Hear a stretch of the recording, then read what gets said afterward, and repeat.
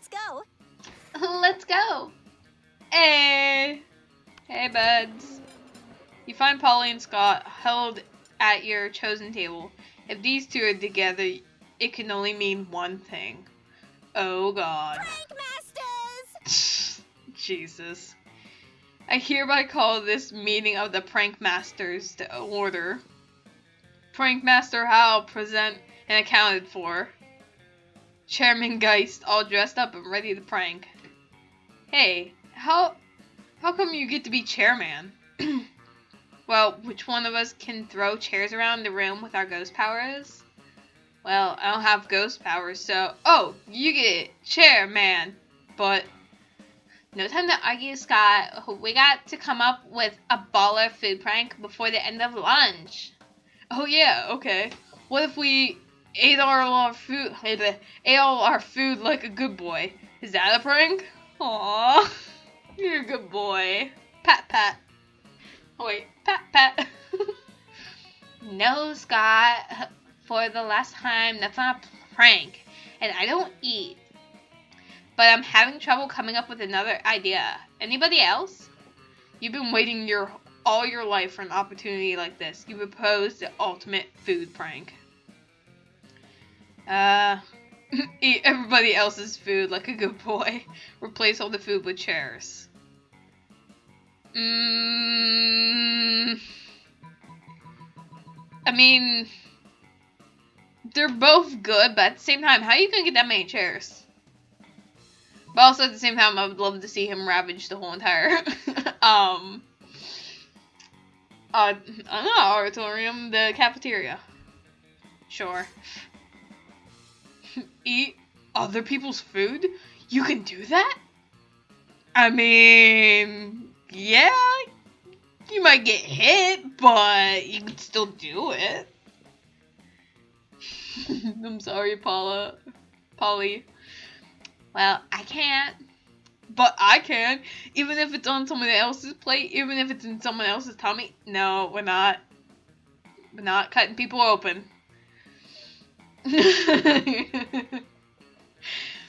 Thank you, Polly, for having the only mind here at the moment. But sure. Exactly half of that was right. Which half? Oh, no time to figure it out. We gotta prank now while the pranking's good. Wait, what about me? Food falls right through me. But you and Scott are already blazing a trail through the cafeteria, gobbling everything in sight. Scott accidentally eats a few people along with their food, but he politely burps them out when they complain. He's just like sitting inside his stomach like, hey, let me out. I don't want to be in here. And he's like, oh, sorry. You good? No. You're just like sitting there dripping with like, yeah, food bits all over you and saliva. It's like, ugh. By the time school security kicks you two out, you're both totally stuffed with food and affection for each other. Aww.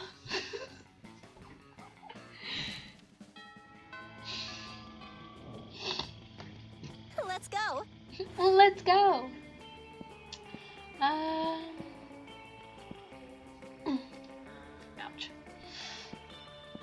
Let's go to the outdoors. Party. Start during recess. That day during recess, you start a half-hour rave that goes full crazy. You have no idea how it escalates so much, but at one point there's like 300 people. Jeez. Someone summons demons from a nightmare dimension. The consequences might distort the fabric of reality itself, but who cares? It's a rad party. You gain 2 fun. Woo woo. You find Scott sadly holding an open bottle of power sludge, the food-like elixir that gets you ripped. Whoa! Aww, bro, this protein shake in a bottle is gross. Aw, I'm sorry to hear that, bud. I don't even know what most of these ingredients are. Flabogabin? Abercrombie? Kale? I mean, we're all confused by what kale is. I mean, let's be real. Plus, it tastes like a butt. Fair enough. Not a stranger's butt, which is exciting to smell, but gross, nasty butt from like the butt swamp. And this is the man I'm trying to woo? Ay, ay, ay. What's that say about me personally? Ugh. Oh. I can't just toss it though. I already opened it, and Coach is always saying I gotta finish what I start. Bro, help me find something to mix into this power drink that'll make me buff and taste good. Make the drink taste good, I mean. I don't need to taste good. I think I taste fine.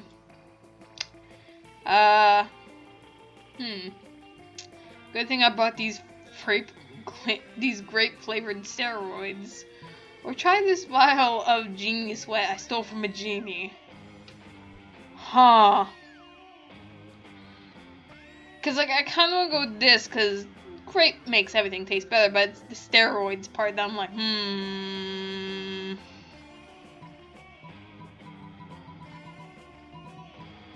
gonna go with this. Awesome, bro. Sure. Dude, yes. I've always been unsure on steroids. It's so hard to determine if they're good or not. Pros, they make you buff. Con, it doesn't seem like something a good boy would do. But I like grape flavor. That's 2 pros over 1 con. So now it has to be a healthy, good thing, right? You think it's probably not healthy, but you're not a doctor. The doctor you stole the steroids from was a doctor. You gained 2 charm and I just stole these steroids from a doctor? What? Okay. Sure. Why not? Let's go. Yeah, let's go. So where to go? Yeah, let's go to class. That day, you're astonished by the new stuff you have to learn in class. You thought high school was all about doing stupid shit with your friends and trying to find true love. Oh, how I wish. I hated high school. Who would have thought that class would actually be useful? What a nice surprise. You gained 1 valuable lesson. Good luck trying to use that in this game. And 2 smarts. Yeah. Scott strolls by, happily munching on something. Liam gapes at him, appalled. Jesus. What on earth are you eating, Scott? A delicious new flavor of Fangles? Fangles potato chips. Alright. Maximum Ultimate Double Barbecue Massacre. Really? Because it looks like a raw, severed goat head inside a cardboard tube. Ugh. Oh, yeah, I guess it does. Could have sworn it was potato chips. Still tasty, though. Whew, okay. Tasty? Tasty? What? Does wanton environmental destruction sound tasty to you? I've never heard that word before. Refer? I don't know. It's that kind of jerky? No, Scott. Don't you realize that in order to harvest these goat heads, Fangles & Co. decapitate millions of innocent goats every year? But what do they do with the bodies of the goats? Nothing. It's a horrendously wasteful practice. Oh no! All those poor headless goat bodies running around bumping into things. We have to stop them. Honey. No. You know that saying of, oh my god, he's such a dork. But then you look at him lovingly and you're like, yeah, but he's my dork. This is the feeling I'm getting, but at the same time, what am I getting myself into? Well, I'm already on this path. No turning back now. Wait, really? I was just trying to make you feel guilty. I didn't actually have a plan of action, but if someone were to suggest one... write an extremely mean blog post. Assemble an army of vengeful undead goat torsos. I swear I can talk. I just can't. Whenever it involves me reading and talking at the same time. This sounds interesting. And considering you're not that bright, I think you'd enjoy this one. Ah, yes. Necromancy. The ultimate tool in the protesters' arsenal? Oh, I swear I can read. I swear I can speak. Apparently it doesn't like to show that when I'm actually reading. Oh, I can ride a goat, can I, huh? Of course you can ride a goat. In fact, given your size, you'll probably need to ride several. What's a several? Is that really a big goat? Honey. No time to explain basic concepts, Scott. We got an invasion to orchestrate. As long as you're reanimating things, you reanimate some severed goat heads too. They'll eat anything, which totally helps you clean your room. I could actually use that in real life. Like, my room's a mess. Let's go. Let's go. You approach Scott and Miranda's table. You see the entire table was covered in exotic silverware. Ooh, what's this one for?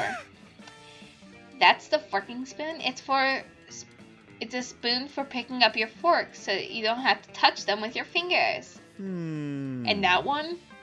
That one's the tuning fork. It's for making sure your other silverware is tuned to A minor as it is proper. What about this one? That's the dairy knife. It's for milk. What?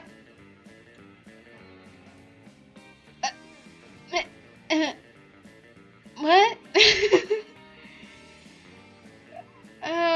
You know what? I'm not gonna question how a dairy knife should work. I'm just gonna go with it. Sure. Wow, do people ever invent new silverwares? All the time, but none of them are any good. It would take a genius of true subterity to improve on existing canon. Genius of true blah blah blah. A genius and blah are your middle freaking names. You suggest the ultimate new silverware. The salad harp. Hands.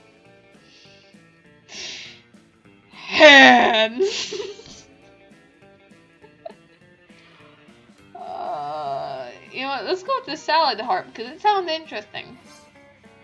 A harp for salad? Damn it. No, I want him, not you. Why has no one thought of this before? Because it's hard to eat salad with a harp? And you expect to drink milk with a knife? Just saying. Cretin? Who said anything about eating? Eating, not eating. Isn't that what silverware is for? Psh, the thought. The true purpose of silverware is to give your hand something to do while you elegantly avoid your food. And nothing's more elegant than playing a subtle laminate on a harp while your serfs eat your salad for you. My serfs will finish my lunch for me. I'm off to have a harp commissioned. Miranda takes your harp shopping with her. It's a real bonding experience. Afterwards, you both ignore a salad together at a fancy restaurant.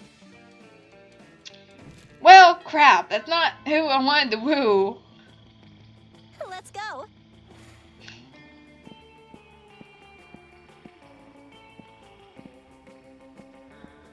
Let's just go to the gym again.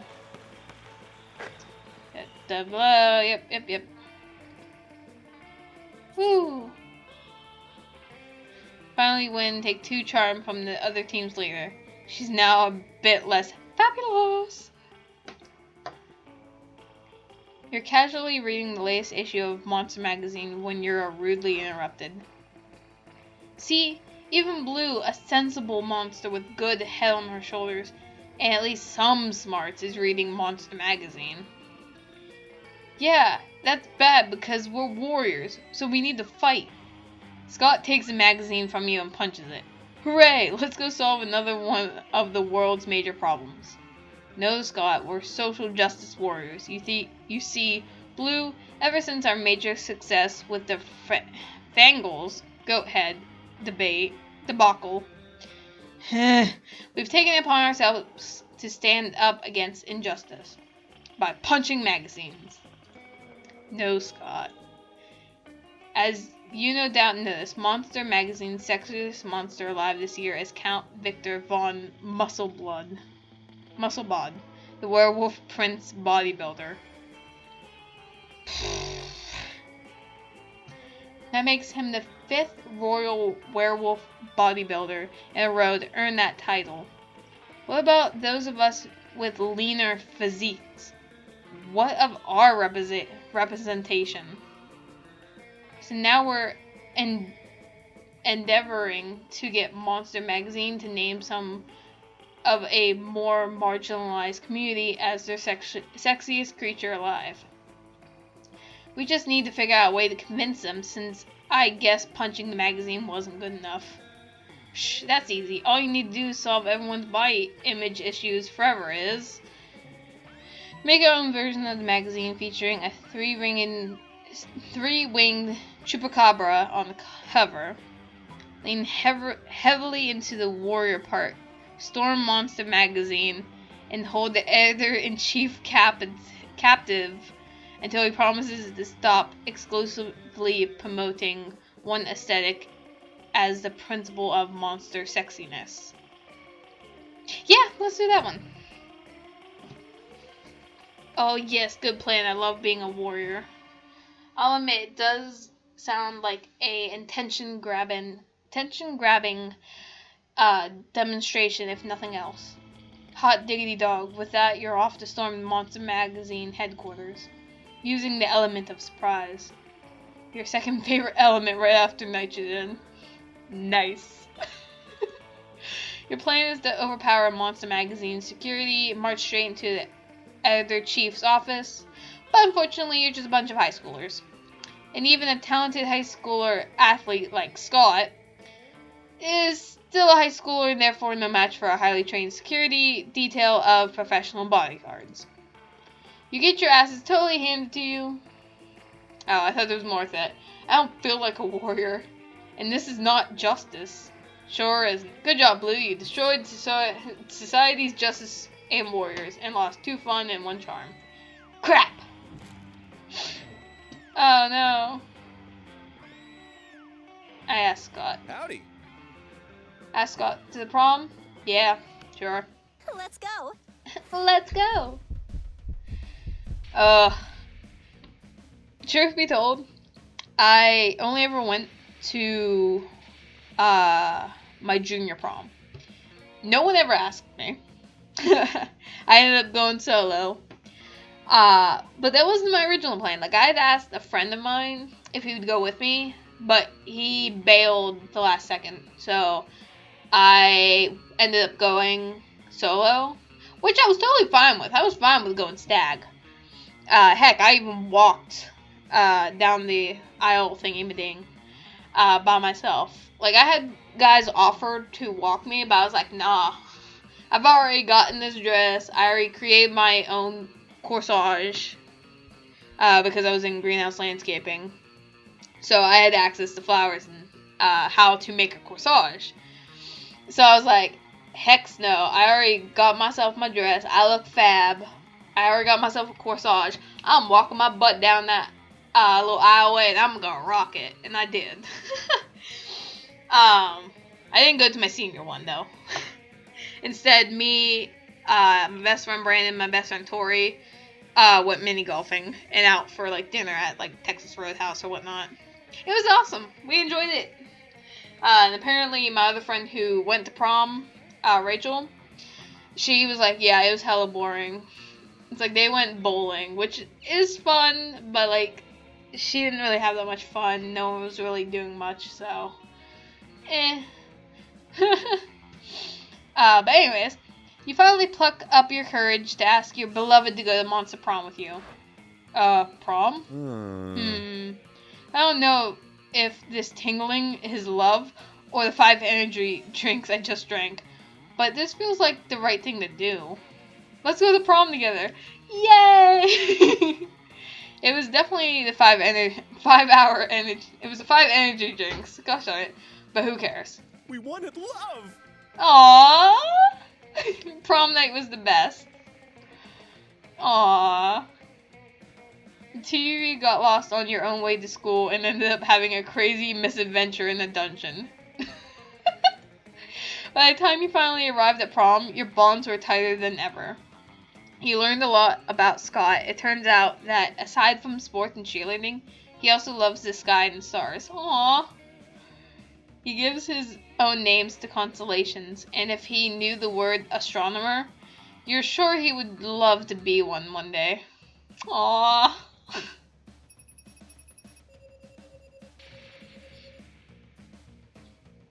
Blue, best at secret handshake. Scott's quote: "Life is like sport. Both are words with letters."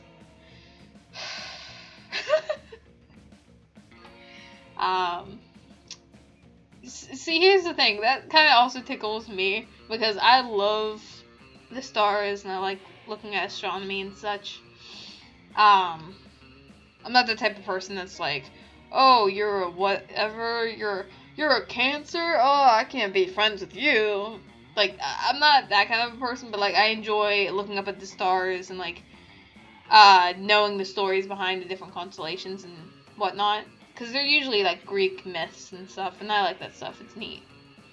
But anyways, is that it? Aww. Those 3 weeks were maybe the most epic and absurd weeks of our lives. After the Monster Prom, we kept on living our lives, falling in love, battling for friendship, and learning about who we were and who we could be. And you know what? Like it always does, life happens. Life happened, and it was wonderful. Aww. Liam and Scott co-wrote a weird, cheesy fanfic of 2 lights that became unexceptionally popular to the point it turned into a well-known novel of its own. Half the characters are shirtless for all the right reasons. Miranda got a job being princess of her kingdom, obviously, which was actually kind of her job already. Well, you don't see her complaining about it. Vanessa realized she was a character in a video game, which infuriated her. She spent her life making connections and building power because she's not part of the game. She plays the game.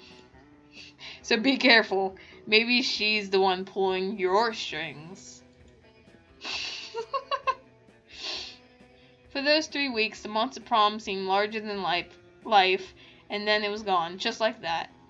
The battle for Monster Prom might have ended then, but there were plenty of battles left in the war called youth. But once again, we were young and unafraid, and we were ready to start. Aww.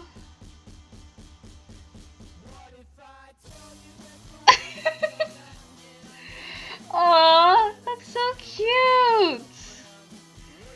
Aww, look. Aww. Oh wow, that guy is creepy.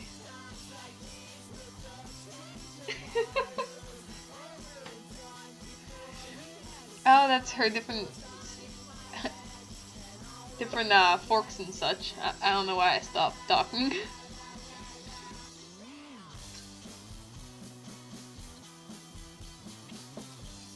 Nah, that's dope. Player character. Aw.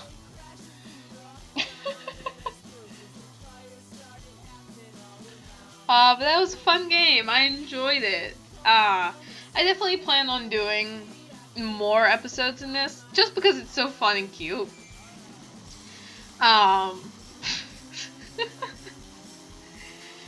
But yeah, guys, I hope you guys did enjoy this episode. I had fun playing this game. It was really cute and everything. Oh, and it had, aw. Oh, designers and such. But yeah, guys, I'll see you guys next